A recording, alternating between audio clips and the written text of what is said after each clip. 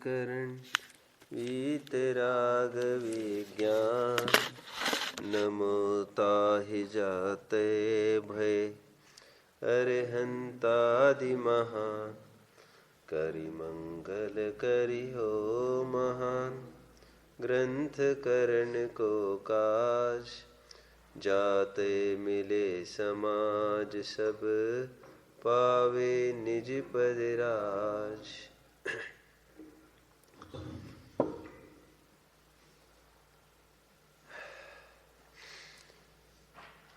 जैन दर्शन में और अन्य दर्शनों में मूलभूत अंतर ये है कि अन्य दर्शनों में जैसे वैदिक आदि ग्रंथ है, अभी आज चलेगी चर्चा मीमांसक वैशेषिक की। वे वेद को सर्वथा प्रामाणिक मानते हैं और जो वेद को नहीं मानते बस वे वेद की निंदा करते हैं और वे नास्तिक है। नास्तिक की परिभाषा की है उन्होंने, जो वेद को न माने। वेद नास्तिकः वेद निंदकः इति नास्तिकः, बस वे नास्तिक है। जैन दर्शन में महत्वपूर्ण बात यह है कि वे ये कहते हैं कि अनुभव से प्रमाण करना। हमारे अध्यात्म के भी ग्रंथों में, अध्यात्म के ही ग्रंथों में सच पूछो तो ये सब कुछ करके चुक्के जे छलम न घेतव्यम, छल ग्रहण नहीं करना और तुम अनुभव से प्रमाण करना। हमने कहा सोई ठीक है, इस प्रकार बाबा वाक्यम प्रमाणम नहीं चलना, तुम्हारा निहाल नहीं होगा, नहीं होगा। वैशेषिक तो ये कहता है कि छल तो एक गुण है और हमने जैसा कहा उसमें तुम थोड़े भी प्रश्न करोगे वो वाद में चला जाएगा। हमारे यहाँ जो प्रश्ना नामक तप था, उनके यहाँ वह वितंडा और वाद नामक तत्व है। समझ में नहीं आता ये कैसी विचित्रता है। जो भी हो, नैयायिक का एक काल था, ऐसा तक लिखा है नीतिकारों में। जिस प्रकार युद्ध के काल में सभी योद्धा अपने अपने हथियारों की धार करने में एक रूपता से जुट जाते हैं, उसी प्रकार अकलंग स्वामी के समय का काल कुछ ऐसा था। सभी जन जुट गए थे किस तर्क युक्ति के क्षेत्र में किस प्रकार वाद विवाद, किस प्रकार खंडन मंडन किया जाए। एक प्रकार से वो काल माना गया था और अकलंग स्वामी ने सबका जवाब दे दिया था, उनको सफलता भी मिल गई थी। नैयायिक का वर्णन करते समय अपने स्यादवाद मंजरी में एक छंद लिखा है आचार्य ने, मैं उसको पढ़ के आपको दिखाना चाहता हूं। देखिए क्या कहते हुए, स्वयं विवाद ग्रहिले वितंडा पांडित्य कंडुल मुखे जनेस्मिन् स्वयं विवाद ग्रहिले वितंडा पांडित्य कंडुल मुखे जनेस्मिन् मायोपदेशात् परमर्थ भिन्दन्नो विरक्तो मुनिरन्य दिया। ये छंद नैयायिकों के खंडन के लिए अपने यहाँ दिया है। देखिए इसका अर्थ बहुत शानदार है।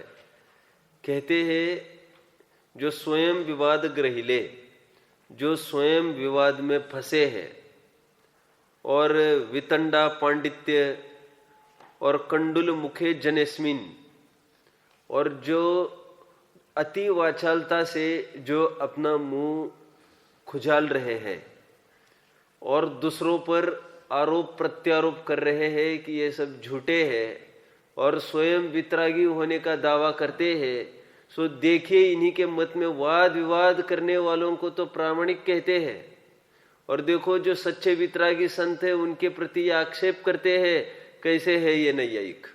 छंद एक डाल दिया है, ये स्यादवाद मंजरी का छंद मैंने बोला है, मैं फिर से पढ़ू यहां से। स्वयं विवाद ग्रहिले वितंडा पांडित्य कंडुल मुखे जनेस्मिन मायोपदेशात परमर्थ भिंदन्न हो विरक्त मुनिरन्यदीय। जो विरक्त मुनि है उनके प्रति आक्षेप करते हैं और स्वयं को विरागी माने हैं और वाद विवाद में फंसकर अपने वाचाल मुंह को खुजला रहे हैं। ऐसे ये छंद यहां से मैंने पढ़ा।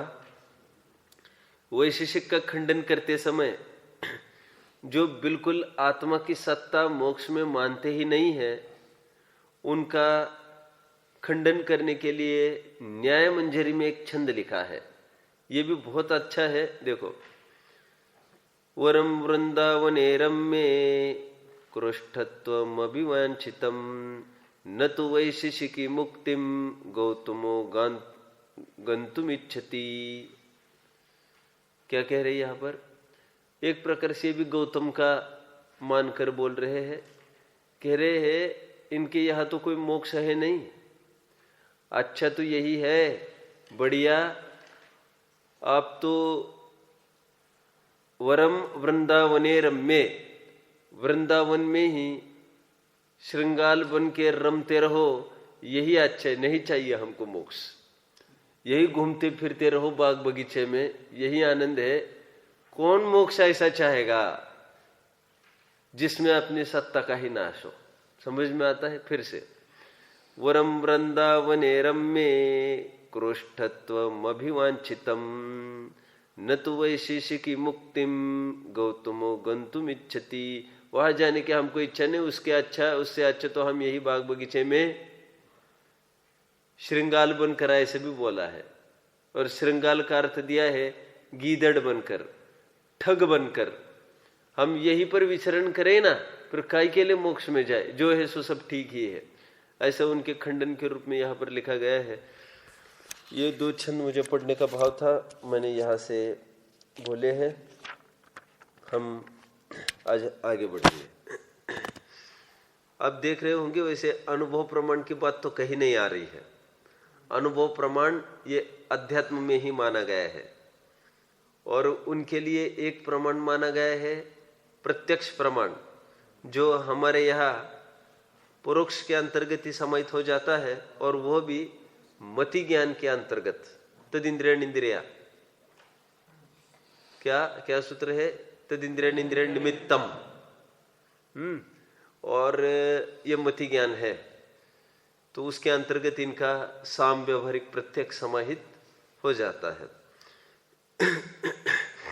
आइए मीमांसक को आज पढ़ना है। देखिए 131 पृष्ठ पर आइए। मीमांसक मत चलेगा। मीमांसक और जैमिनीय ये भी दोनों ऐसे ही मिले जुले हैं। कई जगह पूर्व मीमांसाकार कहो, जैमिनीय कहो, ये पर्यायवाची के रूप में ही डालते हैं वे। दोनों अलग मत नहीं है। बाद में कुछ उनमें भेद प्रभेद पड़ गया होगा, ऐसे तो बहुत सारे मत हैं। और मत मतलब कोई एक विशिष्ट व्यक्ति नहीं देखना, एक व्यक्ति और उसके अनुयायी समूह, उसको संलग्न समाज, ये पूरा देखना, क्योंकि अकेला तो कोई होता नहीं है। ये अभी मीमांसक में क्या है मूल, मैं थोड़ा सा बताऊं आपको। इसमें पूर्व मीमांसक हुए वे कर्मवादी थे और उत्तर मीमांसक हुए वे ब्रह्मवादी हुए। पकड़ में आया? फिर से आगेन आगेन। ये इसका भी थोड़ा जानने लायक है आपको। वेद, वेदांत, उपनिषद, आपने सुना ये?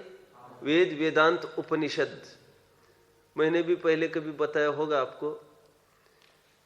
ये वेद, ये यज्ञों पर बहुत जोर था इनका। मैंने पहले भी आपको बताया था, इनके कोई मंदिर पहले नहीं हुआ करते थे, और इसलिए प्राचीन जितनी भी प्रतिमाएं मिलती है वे सब जैन प्रतिमाएं ही मिलती है। मंदिर भी जो मिलते हैं वे सब प्राचीन जैन मंदिर ही मिलते हैं। इसी प्रसंग में मैं और बात कहना चाहता हूँ, जो भी मुनिवर्ग तोड़ मरोड़ में लगा है प्राचीन प्रतिमाओं के प्राचीन मंदिरों के और नई नई इमारतें खड़ी करने में लगे हैं, बहुत हो रहा है। बुंदेलखंड में तो बहुत होता है ये, आपको पता ही होगा, मैं नाम नहीं लेना चाहता पर्टिकुलर मुनियों के। कई मंदिर जमीन दोस्त हुए। अभी मेरे पास एक पुस्तक पड़ी है, कराहता कुंडलपुर। मैंने बोला था कि यहाँ पर नहीं, किसी को वैसा भाव हो और समय हो तो जरूर उसको पढ़िएगा।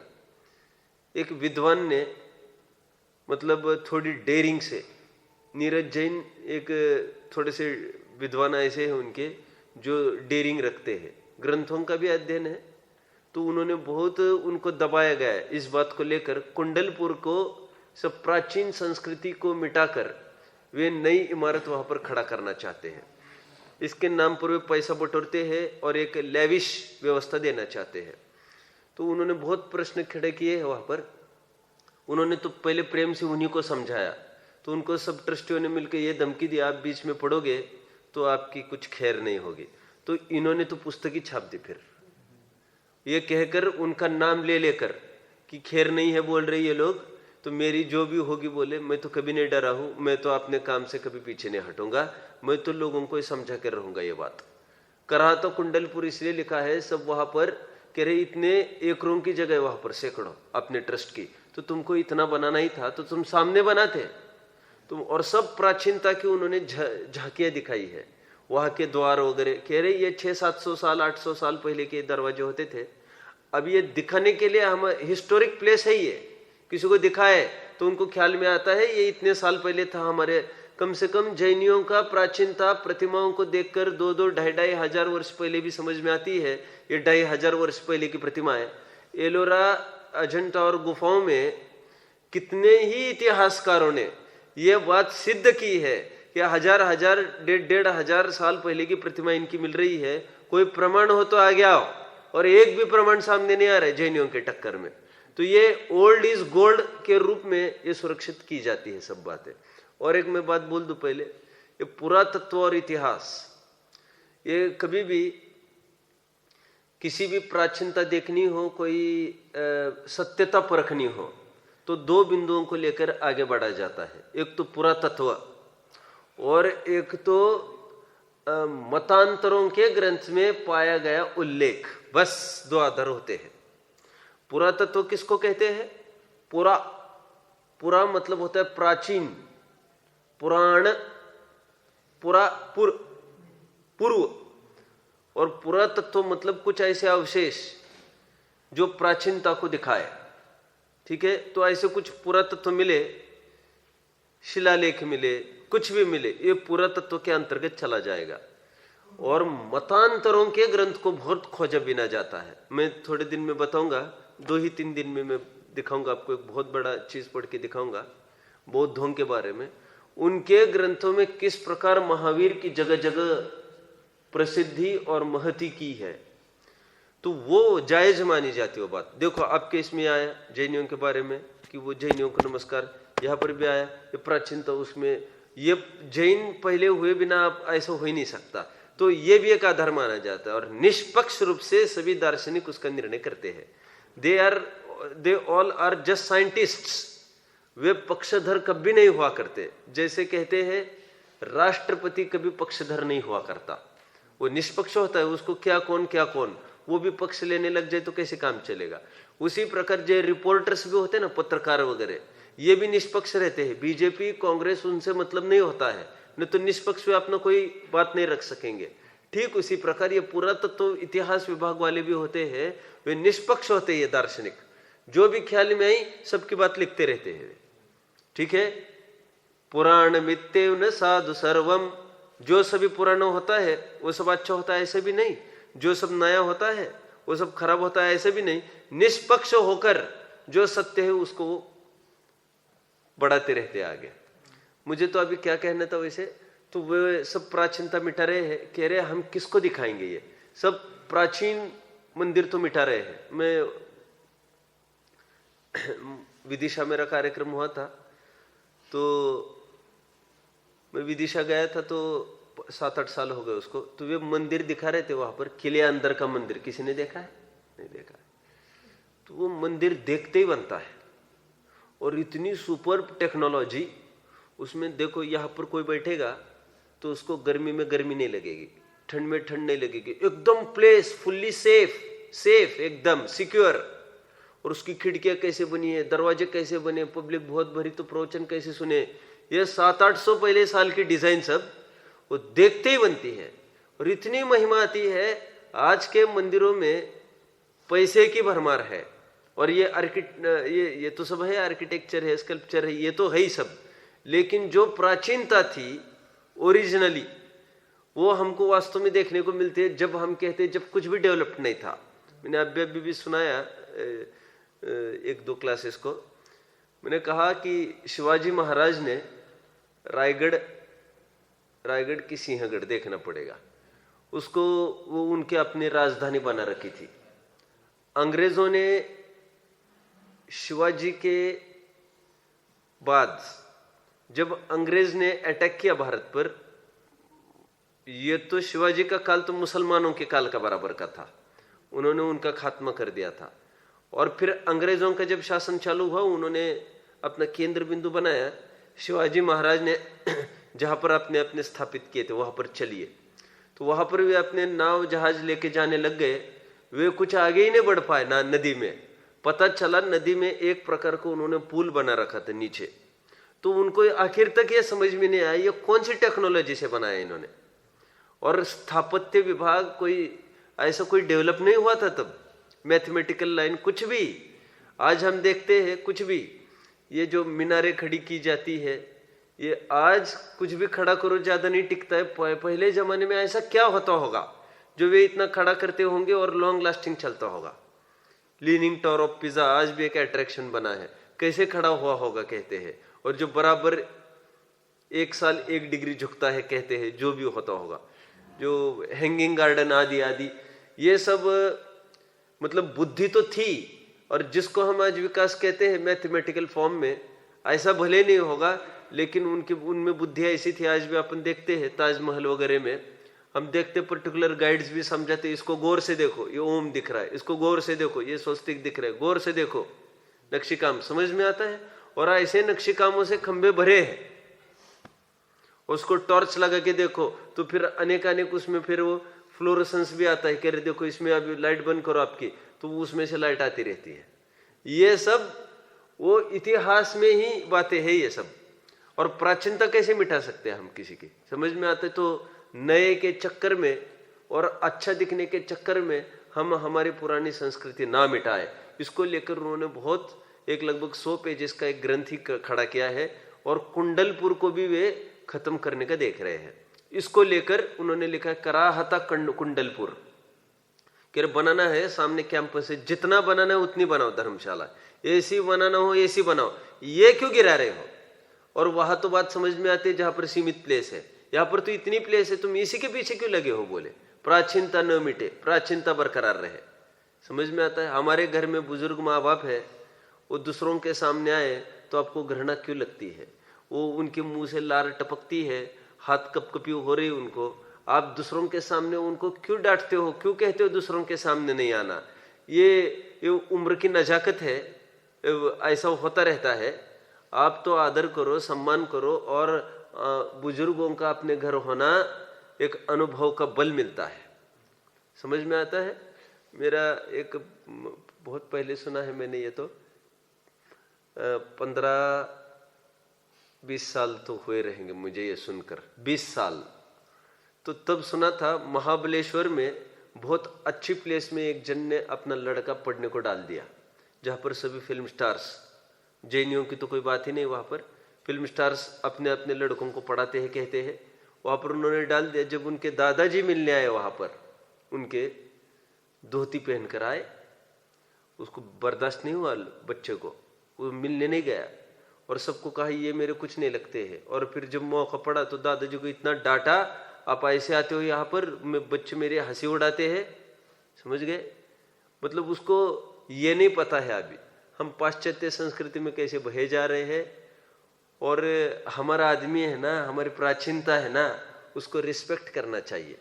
ठीक है, हम इतने अधीर ना होवे कि हम उस सब उखाड़ कर फेंके, थोड़ा टाइम जाने दे। अभी हमने कोई उतार चढ़ाव देखे ही कब है, थोड़ा टाइम जाने दिया जाए। आइए, मुझे तो कहना ये है, वेद वेदांत उपनिषद, पहले तो यज्ञों पर पूरी भरमार थी, यज्ञों के अलावा कुछ नहीं था वेदों में। बाद में ये जो वेदांत हुए, वेद ही है अंत में जिसका सार, और वहां पर वेद का अर्थ फिर किया उन्होंने ज्ञान। और ये वेदांत बिल्कुल मिलता जुलता अपना अध्यात्म ही खड़ा हुआ था। फिर इन्हीं को ख्याल में आया था यज्ञ आदि में कोई दम नहीं है, तो इन्होंने ही फिर वेदांत खड़ा किया जो अपने अध्यात्म को इमिटेट करके खड़ा हुआ था, और जो टोटली उसमें हिंसा आदि का निषेध करते गए, और पूरा मैं आत्मा हूं, शुद्ध हूं, इस बात का निरूपण करते गए। उसे कहते वेदांत, ब्रह्मवादी जैसे है ये। और फिर उन्हीं की कहानियां ये उपनिषद के माध्यम से सामने आई, वेदांत ही की कहानियां। अब इसलिए उपनिषद की जितनी भी कहानियां पढ़ेंगे वे सब के सब अपने अध्यात्म में लागू कर सकेंगे आप। वहां पर एक ज्ञान को ही प्रधान दिखाएंगे और क्रिया को हीन दिखाएंगे। क्यों? ये वेद आज तक क्रियाकांडी रहे थे, और वेदांत ने डटकर उनका निषेध किया, क्योंकि लोगों ने ही नहीं स्वीकार किया उसको। तो फिर उपनिषदों ने वैसी कहानियां लिख दी। आप समझ रहे हैं? अब मीमांसकों में भी ऐसा ही समझना, ये पूर्व मीमांसक थे, ये कर्मकांडी थे। कर्मकांडी मतलब यज्ञ आदि को मानने वाले। और फिर बाद में जो ब्रह्मवादी हुए मीमांसक, वो सर्वव्यापी अद्वैत ब्रह्म, अथवा उन्हीं को कहते वेदांत, उनके समान ही ये हुए, जो आत्मा का आश्रय करो उसी से मोक्ष होगा, और ये सब ब्रह्ममयी है, आत्ममयी है, ऐसा जो उन्होंने कहा। ये उत्तर मीमांसाकार, ये ब्रह्मवादी वाले हम यहाँ से पढ़ते हैं। और फिर चर्चा तो बहुत ही थोड़ी की है इन्होंने, और मूल ग्रंथ पढ़े जाए तो समझ में आएगा। मूल अध्ययन तो मेरा भी कुछ नहीं है मूल अन्य मतियों के बारे में। मीमांसक में ही फिर भट्ट और प्रभाकर भी खड़े हो गए, और वे भी कोई 5 प्रमाण मानता है, और फिर भट्ट ने 6 प्रमाण तक माने हैं। अभाव भी एक प्रमाण उन्होंने माना है, और अभाव तो हमने एक धर्म माना है वस्तु का, उन्होंने प्रमाण के रूप में माना है उसको। और फिर अन्य अन्य कई बातें हैं। देखिए, मैं यहां से पढ़ता हूं मीमांसक मत। अब मीमांसक मत का स्वरूप कहते हैं, मीमांसक 2 प्रकार के हैं, ब्रह्मवादी और कर्मवादी। ठीक है, वहां ब्रह्मवादी तो यह सर्व ब्रह्म है, दूसरा कोई नहीं है। सर्वम खलुमिदं ब्रह्म नेह नास्ति किंचन न आरामम तस्य पश्यन्ति। मैंने कहा था एक दिन, याद आ रहा है ये क्षण? तो सब आत्ममयी ही है, और जो ऐसे आत्मा को देखता है वो उसको किसी की भी होश हवास नहीं रहती, फिर एक आत्ममयी ही उसको सब कुछ दिखने लगता है। ऐसा ही ये भी मानते हैं। ऐसा वेदांत में यह सर्व ब्रह्म है, दूसरा कोई नहीं है, ऐसा वेदांत में अद्वैत ब्रह्म को निरूपित करते हैं। तथा आत्मा में लय होना सो मुक्ति कहते हैं। इनका मिथ्यापना पहले दिखाया, सो विचारना। पहले दिखाया, कहाँ दिखाया? सर्वव्यापी अद्वैत ब्रह्म में, उन्हीं को वेदांत कहते हैं। और वेदांत समान ही ये उत्तर मीमांसक है, ये ब्रह्मवादी जिसको कह रहे हैं। अब कर्मवादी क्या है? कर्मवादी को हम देखते हैं। देखिए, तथा इन्होंने, हाँ ठीक है, तथा कर्मवादी क्रिया, आचार, यज्ञ आदि कार्यों का कर्तव्यपना प्ररूपित करते हैं। सो इन क्रियाओं में रागादिक का सद्भाव पाया जाता है, इसलिए यह कार्य कुछ भी कार्यकारी नहीं है। इसलिए अपने प्रथमान्यों के ग्रंथों में यज्ञों की ऐसी भी बात आती है, खूब यज्ञ करना चाहिए, यज्ञ कैसा, जिसमें पशु रूपी ईंधन को वहां पर दहन करना चाहिए, श्यादवाद रूपी खंबे को वो अनेकांत में रस्सी से जो हमारा मनोविकार रूपी पशु है उसको भस्म करना। ऐसे पूरा अलंकारिक भाषा में बहुत चित्रण किया मिलेगा हमारे प्रथमान युग में। शायद इन क्रियाकांडियों के निषेध परक ही यथार्थ यज्ञों की बात आई है। और हमारे यहाँ यज्ञ का अर्थ पूजन ऐसा किया है, समझ में आता है आपको। फिर यज्ञ का अर्थ वे वैसा करते थे। तो कुछ भी हुआ हो, हमारे पूजन का अर्थ ही उन्होंने उस रूप में लिया हो, किस रूप में भी लिया हो, या हमने बाद में उनकी मति सुलझने के लिए ऐसा लिखा हो, ये जो भी कुछ हुआ हो। तथा वह भट्ट और प्रभाकर द्वारा की हुई 2 पद्धतियां है। वह भट्ट तो 6 प्रमाण मानते हैं, प्रत्यक्ष, अनुमान, वेद, उपमा, अर्थापत्ति और अभाव। तथा प्रभाकर अभाव बिना 5 ही प्रमाण मानते हैं। सो इनका सत्यासत्यपना जैन शास्त्रों से जानना, जगह जगह लिख रहे हैं, ये तो सब जैन शास्त्रों से तुम जान लेना। इसका तो अध्ययन नहीं ही के बराबर होता है आज अपने में जैन जैनेतरों का। ये तो जो विशेष शास्त्री करते हैं, आचार्य करते हैं, उनके तो सिलेबस कोर्स में ही ये डाल देते हैं। सभी मतांतरों का अध्ययन कराते हैं वे लोग। खास तौर पर जो आचार्य करते हैं उनको सभी मतों का कुछ न कुछ टॉपिक्स रहते ही है और एक एक ग्रंथ रहता ही है, तो थोड़ा बहुत अध्ययन हो जाता है उस बहाने। ठीक है। तथा वह षट कर्म सहित ब्रह्म सूत्र के धारक, शूद्र के अन्न आदि के त्यागी, गृहस्थाश्रम है नाम जिनका ऐसे भट्ट है, तथा वेदांत में यज्ञोपवीत रहित विप्र अन्न अधिक के ग्राही भगवत है नाम जिनका वे 4 प्रकार के हैं। कुटीचर, बहुदक, हंस, परमहंस। सो यह कुछ त्याग से संतुष्ट हुए हैं, परंतु ज्ञान श्रद्धान का मिथ्यापना और रागादिक का सद्भाव इनके पाया जाता है, इसलिए यह भेष कार्यकारी नहीं है। इनकी बातें बोल रही है। यज्ञोपवीत, बाद में यज्ञोपवीत उसको कहने लग गए। जानते हो आप, हमारे ग्रंथों में भी यज्ञोपवीत का बहुत उल्लेख है। अनुवृत्ति को कहते हैं यज्ञोपवीत पहनना चाहिए। 53 संस्कारों में उसकी भी कहीं उल्लेख किया है। यज्ञोपवीत समझते हो आप? जनेऊ, वो जो बराबर बांधते हैं। यहाँ पर उत्तम चंद जी सुनाते हैं, कहते हैं कि वे कभी महाराज के चक्कर में पड़े होंगे, तो कहते हैं कि मुझे भी, हमको भी पहना दिया वो जनेऊ। बोले 10-15 दिन इतनी दिक्कत हुई, बोले वो निकालो उतारो, निकालो उतारो। शौच को जाना है, लघु शंकों को जाना है, उसको उतारना, उसकी शुद्धि रखना। बोले और इतना फंसता था वो, उसको पहनने करने की वो टेक्निक ऐसी थी। बोले वो उसी में समझ जाने लग गया पूरा। और फिर बोले हमने एक तरफ रख दिया फिर उसको। यज्ञोपवीत और दक्षिण में बहुत चलता है यज्ञोपवीत, पहनते हैं बहुत, जैनी लोग पहनते हैं इसको, धागा बना रहता है।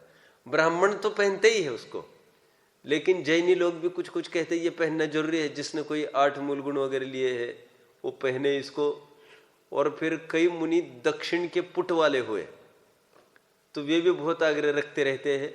तो क्योंकि वहां पर थोड़ी सी पुट, ये बहुत जन कन्वर्टेड भी रहते हैं। जैसे ये शांति सागर महाराज हुए ना, ये मूल में ब्राह्मण थे पहले, ये जैन नहीं थे, इसलिए इनमें कुछ कुछ संस्कार वो आ गए थे ब्राह्मण के। शूद्रों के प्रति थोड़ा सा ऐसा बर्ताव, ऐसा इस प्रकार से चलता रहता था उनका। तो वे भी आग्रह रखते थे यज्ञोपवीत आदि को लेकर, जो ब्राह्मण आज रखता है। लेकिन वे तो सब मानते थे यज्ञोपवीत मतलब यज्ञ, मतलब उनके मूल यज्ञ। हम तो कुछ नहीं मानते हैं, लेकिन हमारे यहाँ यज्ञोपवीत का यह अर्थ किया जाता है। फिर 8 मूल गुण वगैरह तुमने लिए है, इसका एक रक्षा सूत्र है वो, उसको तुम बांध दे रखो। जैमिनीय मत, ये जयंत भद्र इसके संस्थापक रहे, इसलिए इसको जैमिनीय मत ऐसा कहने में आने लग गया। ये वेद को ही प्रमाण मानते हैं, कह रहे सर्वज्ञ नाम की कोई चीज नहीं है, वेद ही सब कुछ है, जो वेद में है वही ठीक है। एक बात तो ये मानते हैं। उसका खंडन करते समय ऐसा किया है कि भाई तुम सर्वज्ञ नहीं मानते हो और वेद को मानते हो, वेद में ही तो ब्रह्मा का आया है स्वरूप, तो ब्रह्मा सर्वज्ञ हुए कि नहीं हुए, हमको तू बता। तो कोई जीव सर्वज्ञ हो सकता है कि नहीं, तू ये बता। और वेद को वे अपौरुषेय कहते हैं, बस अनादि निधन है। तो अन्य अन्य ग्रंथों में यह भी प्रश्न खड़ा किया है, ओट तालो आदि की रचना के बिना ये हो ही नहीं सकता। और फिर यदि तुम वेद ही अनादि निधन है कहते हो, तो काल जिस प्रकार नष्ट होगा, काल प्रलय होगा, तो ये भी नष्ट हो जाएगा, तो फिर इसको कौन बनाएगा फिर से?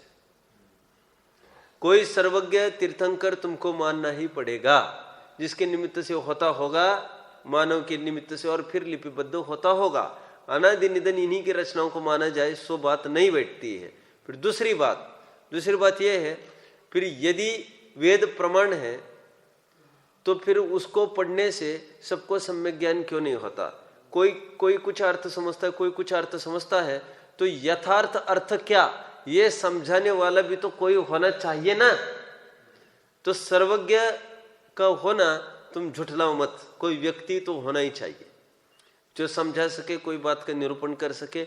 और ग्रंथ तो ऐसे है, वेद तो कितने मतांतर मानते बहुत, और कह रहे कि उसमें भी कितने भेद प्रभेद पड़ गए हैं। तो कह रहे जब एक ही वेद को मानते हैं, एक ही माँ बाप को मानने वाले, इतने कलहकारी बच्चे कैसे आपस में? तो कह रहे हैं आप सब सोच समझ कर निर्णय करो, क्या कि या तो वेद अप्रामाणिक है कि आप में से कोई अप्रामाणिक है। यदि वेद प्रामाणिक है तो आप में से अप्रामाणिक कौन है, आप लड़ झगड़ कर पहले नक्की करो। विरोध क्यों खड़ा हुआ? और फिर सब अपना अपना सत्य कहते हैं, इसका मतलब वेद में कुछ स्खलन है, तो वेद को पीछे हटा दो। तो टोडरमल साहब कहते हैं हमको तो यही ख्याल में बैठ रही है कि वेद में ही स्खलन है और वेद में ही सब त्रुटियां है। पहली त्रुटि तो यही है, उसमें तो यज्ञ को बलि कहते हैं, और स्पष्ट ख्याल में आता है असहाय निरपराध पशुओं को तुम बलि चढ़ाते हो और उससे उनकी गति होती, कहते हैं ये तो हमको छल ख्याल में आ रहा है। उनके अनिच्छा पूर्वक को तुम उनको भेजते हो। तो फिर यहाँ पर प्रश्न किया है टोडरमल जी ने, तो तू ये बता फिर नरक आदि किस गति में जाते, वो किस कारण से जाएगा? फिर यदि इतने ऐसे यज्ञ आदि के करने से कोई स्वर्ग मोक्ष जाते हो, तो फिर नरक जाने का क्या कारण हो सकता है? मतलब इतना हिंस्र काम करके तुम ऐसा बोलते हो, ये बात कुछ पल्ले नहीं पड़ती। हम देखते हैं सर्वज्ञ देव कोई है नहीं, नित्य वेद वचन है, उनसे यथार्थ निर्णय होता है। इसलिए पहले वेद पाठ द्वारा क्रिया में प्रवर्तना वह तो नोदना, प्रेरणा, अपने यहाँ उद्देश्य, लक्षण, निर्देश, उसी प्रकार इनमें ये कहते पहले नोदना, पहले तो पढ़ो ये सब। लेकिन अपने यहाँ आगे परीक्षा थी, उनके यहाँ परीक्षा का कोई अवसर नहीं है। वही है लक्षण जिसका ऐसे धर्म का साधन करना। जैसे कहते हैं कि स्वह कामोग्निम यजेत, स्वर्गाभिलाषी अग्नि को पूजे इत्यादि निरूपण करते हैं। टोडरमल जी साहब ने प्रारंभ में ही 97 पेज पर पैराग्राफ में लिखा है अग्नि को पूजते हैं। अग्नि भी आया वहां पर, ये अग्नि को पूजने की बात आई। यह पूछते हैं शैव, सांख्य, नैयायिक सभी वेद को मानते हैं, तुम भी मानते हो। तुम्हारे वो उन सबके तत्व आदि निरूपण में परस्पर विरुद्धता पाई जाती है, सो क्या कारण है? यदि वेद ही में कहीं कुछ निरूपण किया है तो उसकी प्रमाणता कैसे रहे? और यदि मत वाले ही कहीं कुछ निरूपण करते हैं तो तुम परस्पर झगड़े निर्णय करके एक को वेद का अनुसारी अन्य को वेद से परान्मुख ठहराओ। सो हमें तो यह भाषित होता है वेद ही में पूर्वापर विरुद्धता सहित निरूपण है, इसलिए उसका अपनी अपनी इच्छा अनुसार अर्थ ग्रहण करके अलग अलग मतों के अधिकारी हुए हैं। परंतु ऐसे वेद को प्रमाण कैसे करें तथा अग्नि पूजने से स्वर्ग होता है, सो अग्नि को मनुष्य से उत्तम कैसे माने, प्रत्यक्ष विरुद्ध है, तथा वह स्वर्गदाता कैसे होगी। इसी प्रकार अन्य वेद वचन प्रमाण विरुद्ध है, तथा वेद में ब्रह्मा कहा है तो सर्वज्ञ क्यों नहीं मानते, इत्यादि प्रकार से जैमिनीय मत कल्पित जानना। ठीक है। देखो मेरे सामने भी ये कई बार बातें आई, श्वेतंबर लोग कहते हैं ये महाराजा ऐसा करते, वे महाराजा ऐसा करते हैं। कभी श्वेतंबर भाई मिलते हैं तो बोलते रहते हैं रिश्तेदारी पूरी है वहाँ पर, तो फिर वो बोलते हैं ऐसा वैसा। तो मैं उनको एक बात कहता हूँ कि तुमको भी ख्याल में आ रही है, उचित नहीं है। अभी अभी मेरी बहन जहाँ पर रहती है पूना में एक राजगुरु नगर है, पास में ही है। राजगुरु है ना, राजगुरु, ये भगत सिंह राजगुरु, सुखदेव वाले राजगुरु, वे पूना से 50 किलोमीटर दूर एक राजगुरु नगर एक गांव है, वहां के रहे हैं ये राजगुरु, महाराष्ट्र के ही थे। तो वहीं पर मेरी बहन रहती है। तो वे सब श्वेतंबर ही है। तो ज़्यादा मेल मिलाप भी हमारा कभी नहीं होता, फोन पर भी कभी बात होती होगी ऐसा भी कुछ नहीं है, साल भर में भी कभी बात नहीं होती मेरी बहन के भी साथ। तो राग तो साधर्मियों के प्रति बना रहता है, और मेरा तो यही है सबसे कहना, मैंने घर पर भी बहुत पहले बोल रखा था, तुम देखना हम जिसको दिगंबर बनाना चाहते सब बनेंगे, लेकिन तुम थोड़ा धैर्य रखो और मैं थोड़ा से टिप्स कह रहा हूँ उसको फॉलो करो। और आप नहीं फॉलो करेंगे, अब ये कभी नहीं कहना तू तेरी बहन को कभी नहीं पूछता, मैं सब करूंगा मेरे हिसाब से, लेकिन आप नहीं बोलो उसमें कुछ, आप थोड़ा धैर्य रखे और सब अपने अनुकूल होते दिखेंगे। आज मैंने कहा श्वेतंबर के नाम पर वो सबको भज रहे हैं, जैन नेत्रों को बजते ही हुए सब। अब गरबा आएगा तो डांडे वगैरह चलेगी, वो दुर्गा माता 10 दिन आएगा, वो 9 दुर्गा करते हैं, सब करते हैं, और उनके साध्वी भी कुछ नहीं समझते ये। तो अभी पहली बार वहां पर, और जबकि वो अध्यक्ष के ही घर की बहू है, वहां के पूरे समाज है 400-500 घर, उनके अध्यक्ष है, वो मेरे बहन के ही ससुर है, मतलब अच्छा उनका होल्ड है पूरा समाज में। तो मैं ये कहता हूँ तुम लोग कोई स्ट्रांग एक्शन नहीं ले सकते, कह रहे और स्ट्रांग एक्शन नहीं ले सकते कुछ भी। एक तो स्वयं भी कुछ नहीं समझते, अध्ययन कुछ नहीं है, और फिर समाज जैसा करती है वैसा करना उनका वो मजबूरी जैसा बन जाता है, समाज में रहना कैसे करेंगे, टूट कर अलग हो जाएंगे।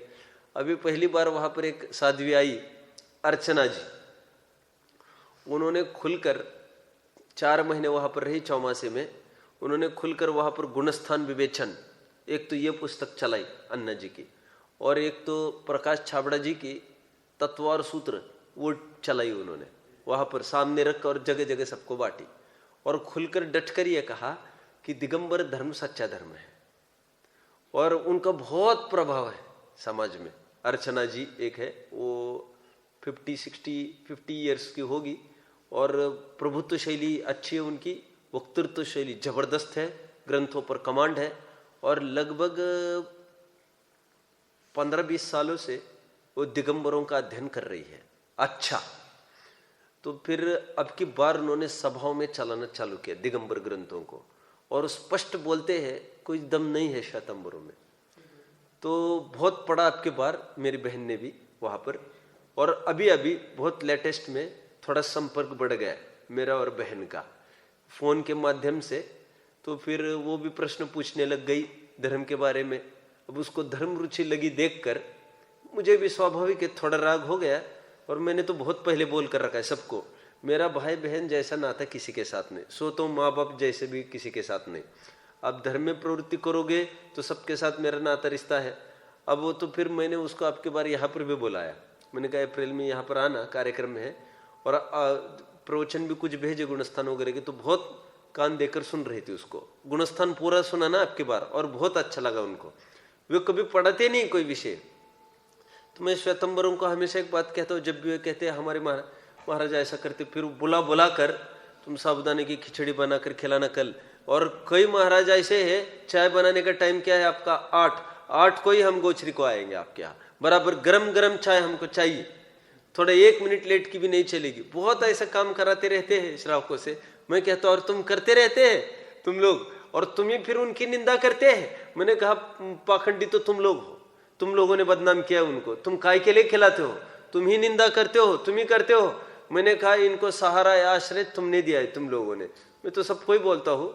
तो मैं तो श्वेतंबरों को एक बात कहता हूँ, देखो कोई महाराज ऐसा बोलते हैं, कोई महाराज ऐसा बोलते हैं, आप उन्हीं को पूछो अब इनकी बात सत्य की उनकी, और सत्य इनकी उनकी की आप तो मूल ग्रंथ दिखाओ, आपकी कहीं नहीं, कहां से आपने बोल रहे हो वहां की दिखाओ हमको। और वो मूल ग्रंथ दिखा नहीं पाएंगे, बस उनकी अप्रामाणिकता स्वयं में सिद्ध हो जाएगी। क्योंकि जो इतनी भिन्नता खड़ी हुई है ये तो ग्रंथों में भी नहीं है, अरे श्वेतंबरों में भी नहीं है ऐसा कुछ कथन। जितना आज देखने में आता है, एक भी श्वेतंबर मुनि श्वेतंबर ग्रंथ के अनुसार भी फॉलो नहीं कर रहा है। तो भले आप श्वेतंबर बने रहो, लेकिन आपके आगम के अनुसार भी थोड़ी है वे, तब भी क्यों पूछते हो उनको? आप समझ गए? बहुत चलता है। फिर विहार के नाम पर जो वयोवृद्ध हो गए हैं उनको कुर्सी, जैसी ये है ना कुर्सियां आपकी जो डिसेबल्ड और हैंडीकैप्ड के लिए है, वैसे कुर्सियों पर चलता रहता है। चलते चलते एक हाथ में पैकेट, एक हाथ में खाना, एक हाथ में पीछी, ये सब चलता रहता है महाराजों का, खाते खाते। इतनी विडंबना है। अब दिखाए श्वेतंबर के इसमें, और फिर चप्पल पहनते हैं और फिर कहते चमड़े की मना है भैया, कपड़े की तो पहन सकते हैं। बहुत अच्छा, मतलब सब चल सकता है उनके लिए। अब इतनी यहां तक हो गई है, एक वीरायतन रूप में एक खुला है। वीरायतन सुना है आपने? बिहार में तो ओरिजिनल वीरायतन है। वहां पर महावीर के निर्वाण के मुख्यता को लेकर वहां पर पास में ही पावापुरी के पास में वीरायतन करके एक बहुत बड़ा प्रोजेक्ट खड़ा किया है, करोड़ों का ने अरबों का श्वेतंबरों ने। उसी की एक छोटी सी प्रतिकृति पूना के पास खड़ी की है वीरायतन। एक ऐसी इससे दुगुनी तिगुनी पहाड़ी बनाई है और सब वहां पर धर्मशालाएं वगैरह सब बनाई है। अब ये चंदना जी है उसके हेड। तो फिर वे विदेश में जाते आते रहते प्रचार प्रसार के लिए, साध्वी है और प्लेन में जाती आती रहती है।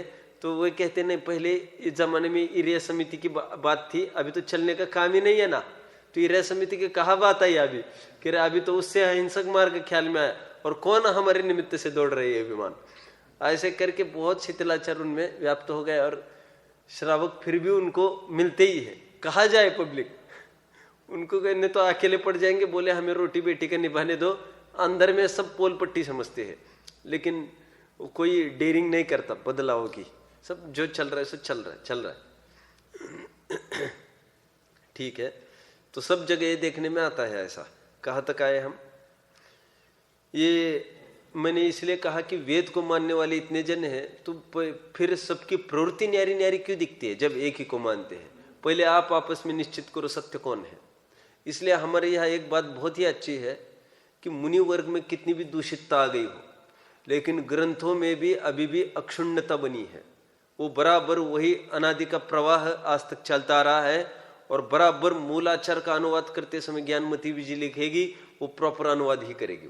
वहां पर कोई मिलावट करनी हो तो विशेषार्थ में करेगी, भावार्थ में करेगी, उसमें अभी किसी की दम नहीं है करने की। यह हमारा बहुत भाग्य है कि इसीलिए हमेशा अन्य मतियों का परीक्षण करते समय इक्के दुक्के व्यक्ति को नहीं देखा जाता, वो ग्रंथों को पढ़ के निश्चित किया जाता है। क्योंकि न मतिर मतिर भिन्ने, मुंडेर मुंडेर मतिर भिन्ने, जितने आदमी है उतने मत खड़े हैं, उनको क्या देखकर हम कटाक्ष करेंगे? हम तो मूल ग्रंथ को खड़ा करो, और मूल में ऐसी बात संभव भी है कि नहीं, और वाद विवाद उसको लेकर होता है। समझ गए? कोई क्या करने लग गए बात उसकी नहीं है। आपके ग्रंथ में क्या लिखा है रखो सामने और करो वाद विवाद। अब इसकी बात करो, हम इसकी बात करेंगे। ठीक है, ये जैमिनी मत ब्याज पूरा हुआ है, बस करते हैं आज। बौद्ध मत को कल से प्रारंभ करना है। बौद्ध कल चलेगा, फिर चार्वाक परसों चला पाएंगे। क्या बात है? ये 2 दिन में ये प्रकरण अपना पूरा होगा, एक बौद्ध और एक